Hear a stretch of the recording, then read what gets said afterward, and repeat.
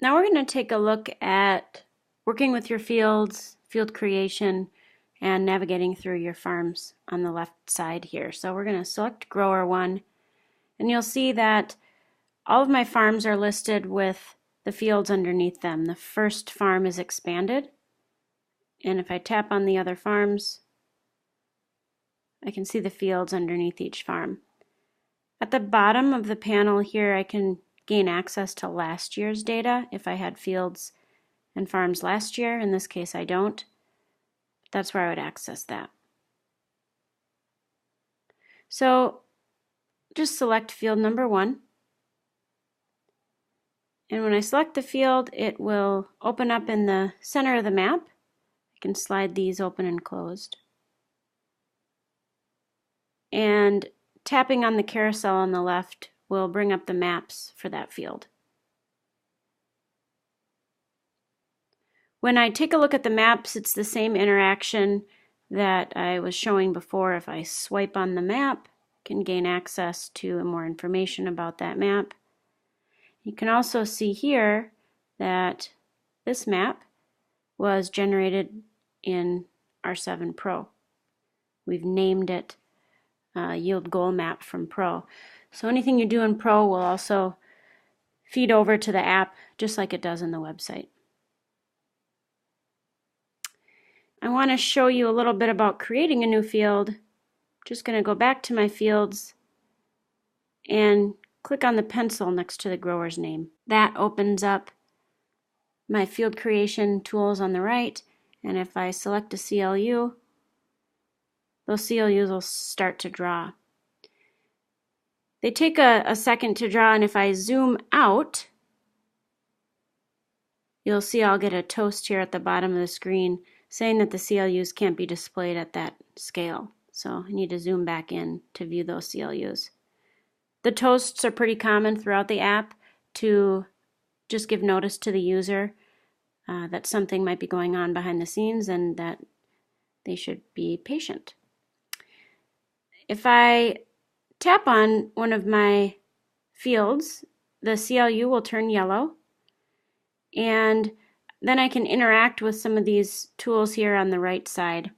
So if I split the field, I can tap to draw a line to end that line. I tap right outside the line and hold. I'll show you that again with a polygon. If I create a polygon and want to close that polygon, I just tap and hold. I can use the trash can to delete parts of my field. I can use the polygon to create a hole in my field, and the pencil to edit the vertices. If I validate that field, I get a chance to enter details about the farm, the field, the crop. I have my brand list and all of the products available. So we'll go ahead and cancel out of that. And we'll look at one of the fields that's already created. So field number 1, if I tap on the red pin, I get access to the field details icon. So I can see on the left side all of the details around that field. Bottom left, access to notes. I can update those notes, and they're automatically saved. If I've assigned a product that happens to have photos or a text sheet tied to it, I'll see these bottom 2 rows here. If I tap on that, I can get access to the text sheet or the photos. If there aren't any photos or text sheets, you won't even see those rows. All of these images are pinch zoom, and I can swipe through each image to go to the next image. Close that, and I'm going to go ahead and show you a little bit about in-season imagery. And we'll go to the Indianapolis farm here. If I tap on the in-season imagery carousel, I'll get the images available for that field. If I want to take a look at yield maps, any yield maps that I have loaded for a field will be available in the yield map carousel. Again, I can swipe on these maps to get a bit more information about that map.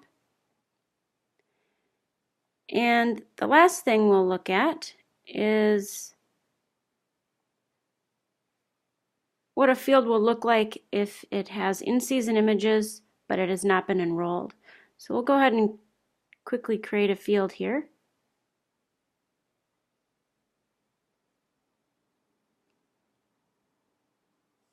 And validate it, and this will just be an in-season image test. We'll assign corn. When that field loads and I access the in-season carousel, you'll see the number 1 at the top. And the number 1 means that there's one map available, one in-season map, and I'm going to pull to refresh. That's how I'll gain access to that map. So you can see now, if I tap on that map, it's going to ask me to confirm. And when I confirm, I can see the map. The pull to refresh is also the same action that you will have with the carousel if you've updated maps in R7 Pro and you want to make sure that they're loading here. You might need to pull to refresh. One other thing I'll point out here, at the bottom of this map list, it says load default maps.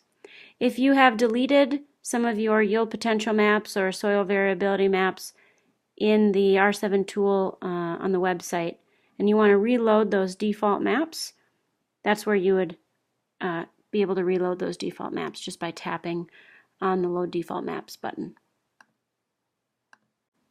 The last thing we'll take a look at here is the overlay list. So in the top right, I can tap here to expand my overlays, and other layers of the map that we have access to, the soil data. Tapping on those icons will bring some information about that soil type. And I can also load the township and section boundaries. Those take a little bit to load, so don't load those unless you need them. And they're also scale dependent, so if you're zoomed too far out, you won't be able to see them. But you can see that they're loading here. The next thing we're going to cover will be the Google Earth and the field reports.